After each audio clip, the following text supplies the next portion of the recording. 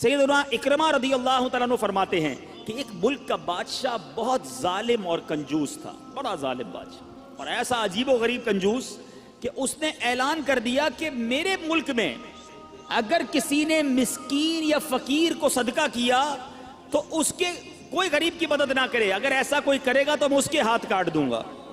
یعنی خود غریب کی مدد بھی نہیں کرنی اور پورے ملک میں بھی کوئی غریب کی مدد نہ کرے۔ بڑا عجیب و غریب اعلان تھا۔ اچھا جناب، اب ایک خاتون تھی، لوگ تو خوف سے ڈر گئے تھے، کوئی صدقہ نہیں دے رہا تھا، کوئی خیرات نہیں دے رہا تھا۔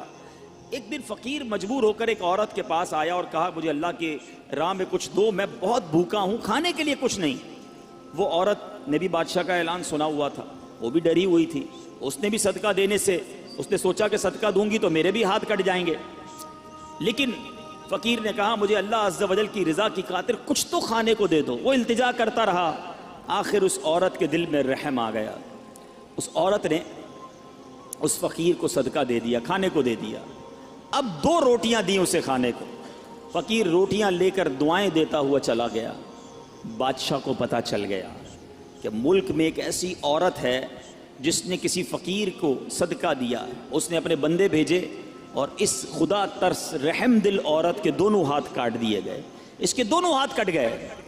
اب میٹھے اسلامی بھائیوں، کچھ عرصے کے بعد بادشاہ نے اپنی والدہ سے کہا کہ مجھے اپنی مملکت کی سب سے حسین لڑکی سے شادی کرنی ہے۔ اس کی ماں نے جب معلومات کروائی تو پتہ چلا پورے ملک میں ایک لڑکی سب سے زیادہ حسین ہے، مگر اس میں ایک خامی یہ ہے کہ اس کے دونوں ہاتھ نہیں ہیں۔ اس نے بادشاہ سے کہا، بادشاہ نے لڑکی کو دیکھا، اسے پسند آئی، اس سے شادی کر لی اور وہ عورت اب ملکہ بن گئی۔ جس نے 2 روٹیاں صدقہ کی، ہاتھ کٹ گئے، اب وہ بادشاہ کی زوجہ بن گئی۔ بڑی زندگی آرام سے گزرنے لگی، مگر ایک اور امتحان اس کی زندگی میں باقی تھا۔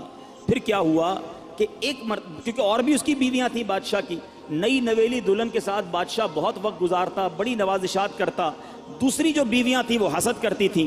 ایک مرتبہ بادشاہ طویل عرصے کے لیے ملک سے باہر گیا تو بادشاہ کی بیویوں کو اچھا موقع ملا، انہوں نے بادشاہ کو خط میں لکھا کہ تمہارے پیچھے تمہاری جو بیوی ہے، نئی دلہن جو ہے، وہ برے کام کرتی ہے، اس کا کردار اچھا نہیں۔ بادشاہ نے بغیر کسی تحقیق کے حکم دے دیا کہ میری بیوی کو اٹھایا جائے اور جنگل میں پھینک دیا جائے، محل سے نکال کر جنگل میں پھینک دو۔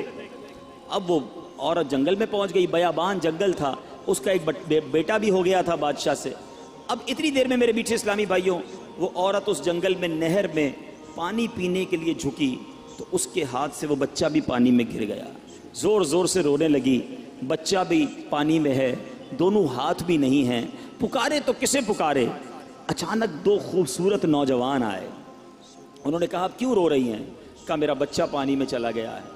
اس نے فوراً اس نوجوان نے آگے جا کر اس بچے کو پانی سے نکالا، کہا اور آپ کو کچھ چاہیے تو بتائیے، کوئی اور آپ کی خواہش ہو تو بتائیے، کچھ اور آپ دعا کرنا چاہیں تو اس عورت نے کہا کہ میرے ہاتھ مجھے واپس مل جائیں۔ ان نوجوانوں نے دعا کی، اللہ تعالیٰ نے دونوں ہاتھ بھی اسے واپس کر دیے۔ اب ان نوجوانوں نے اس عورت کو کہا کہ آپ جانتی ہیں ہم کون ہیں، ہم دونوں کون ہیں؟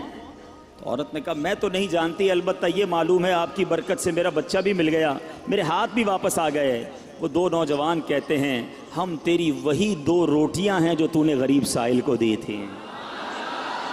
صدقہ اللہ کی راہ میں خرچ کرنا کب کہاں کام آتا ہے؟ اس عورت کو 2 روٹیوں کے بدلے 20 روٹیاں نہیں ملیں، حضرت رابعہ بصریہ کو 20 روٹیاں ملی تھیں۔ ہو سکتا ہے کوئی کیلکولیشن کرنے والا کہے یار میں 1000 روپے دوں گا 1 لاکھ روپے مل جائیں گے، نہیں ملے، مگر اس کو ہاتھ واپس مل گئے، بچہ واپس مل گیا۔ کیا معلوم مجھ پر اور آپ پر کوئی بلا آنے والی ہو، کوئی مصیبت آنے والی ہو، کوئی بیماری آنے والی ہو، اگر اللہ کی راہ میں صدقہ دیں، کسی غریب کی مدد کریں اور اس کے دل سے دعا نکلے اور اللہ کریم ہم سے وہ مصیبت کو ٹال دے۔